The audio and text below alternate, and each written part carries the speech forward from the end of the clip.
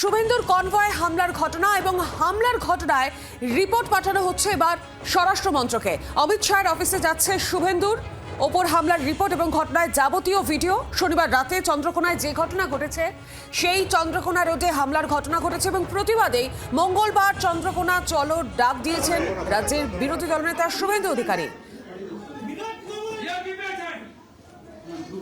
আমি উদ্বোধন অ্যারেস্ট করবে তার আমরা স্পিকার জানান আমরা পলাশ থালিকে জানান আমি বসে আছি। আর এই মুহূর্তে আমার সঙ্গে টেলিফোন লাইনে রয়েছেন প্রতিনিধি মৌমিতা চক্রবর্তী। মৌমিতা, চন্দ্রকোনায় শুভেন্দু অধিকারীর গাড়ির ওপর যেভাবে হামলা করা হয়েছে সেই হামলার ঘটনার পর রিপোর্ট পাঠানো হচ্ছে এবার স্বরাষ্ট্র মন্ত্রকে, কি আপডেট রয়েছে তোমার কাছে?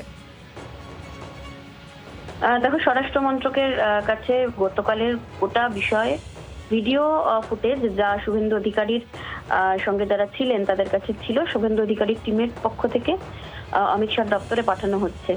যেভাবে বিরোধী দলনেতার গাড়িতে হামলা হয়েছে এবং কালকে দীর্ঘ একটা সময় চন্দ্রকোনা থানায় তাকে বসে থাকতে হয়েছে, সমস্ত বিষয়ে যাবতীয় তথ্য যাবতীয় বিষয় জানিয়ে স্বরাষ্ট্র মন্ত্রকে ডিটেল রিপোর্ট একটা পাঠানো হচ্ছে।